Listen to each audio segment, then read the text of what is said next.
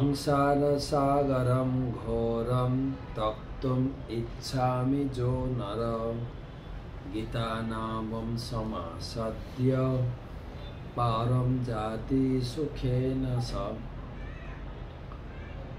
সুখের সাগরে নিমজ্জিত হতে হলে গীতারূপ নৌকার আশ্রয় গ্রহণ করো। শ্রীমদ্ ভগবদ গীতা দ্বিতীয় অধ্যায়ের ৪৪তম শ্লোক ৪২।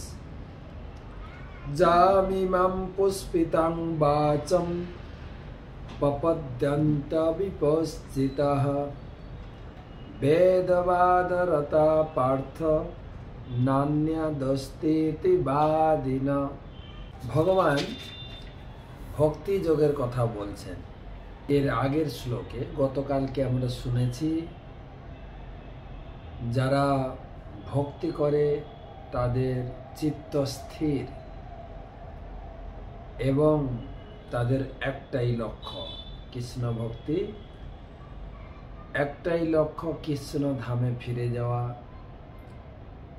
কিন্তু কিছু লোক ধর্ম করে, দেবদেবীর পূজা, পুণ্য এসব আদি করে তারা স্বর্গে যাওয়ার চেষ্টা করে। ভগবান এখানে বলছেন স্বর্গ আর নরকের কোনো ভেদ নাই। কিন্তু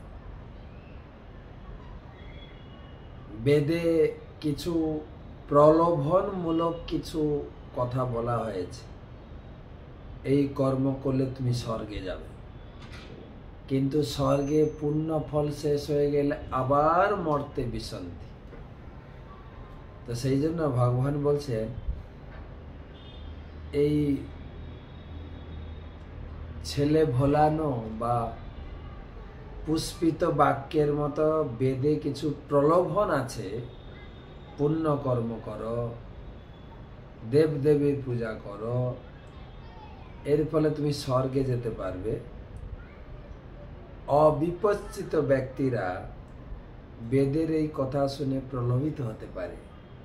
কিন্তু তুমি ভক্তি করো, একনিষ্ঠ কৃষ্ণ ভক্তি করো, তাহলে স্বর্গ নরকের দুঃখ যন্ত্রণা থেকে মুক্ত হবে। স্বর্গে গেলে তুমি সুখ পাবে, কিন্তু যখনই স্বর্গের পুণ্য শেষ আবার তোমাকে ওখান থেকে ফেলে দেওয়া হবে। তাই গতাগতি থেকে তুমি মুক্ত হয়ে কৃষ্ণ ভক্তি করো।